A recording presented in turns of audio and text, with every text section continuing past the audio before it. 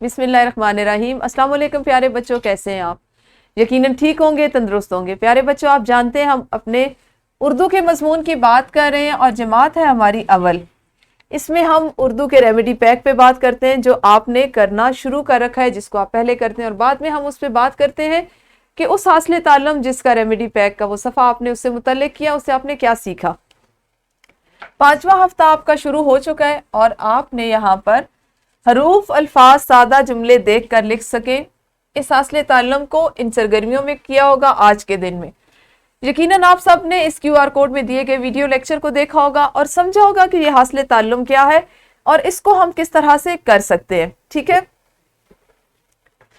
آپ نے یقیناً سرگرمی نمبر 1، 2 اور 3 مکمل کر لی ہوں گی۔ اگر کسی بچے نے یہ سرگرمیاں ابھی تک نہیں کی تو وہ اس ویڈیو کو دیکھیں، لیکچر کو سمجھیں اور یہ سرگرمیاں مکمل کرتے ہوئے اپنا ریمیڈی پیک پورا کر لیں۔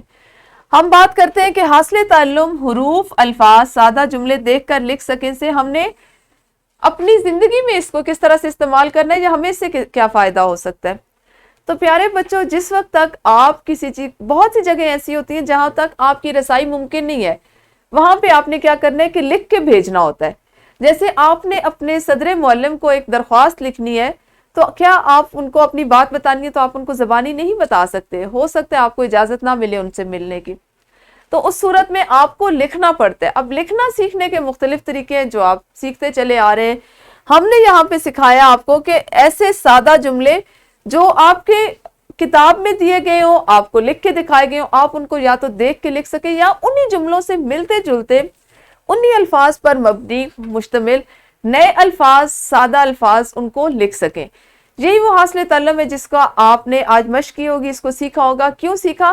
کہ اگر آپ کو کوئی یہ کہے کہ جہاں کسی ایسی جگہ ہو جہاں بولنے کی ضرورت نہ ہو، آپ کو کچھ لکھنا ہو، یا کچھ ایسی جگہ ہو کوئی آپ نے کسی چیز کی فہرست بنانی ہو، آپ وہ یاد نہ رکھ پائیں، تو اس کے لیے آپ کو لکھنا آنا ضروری ہے۔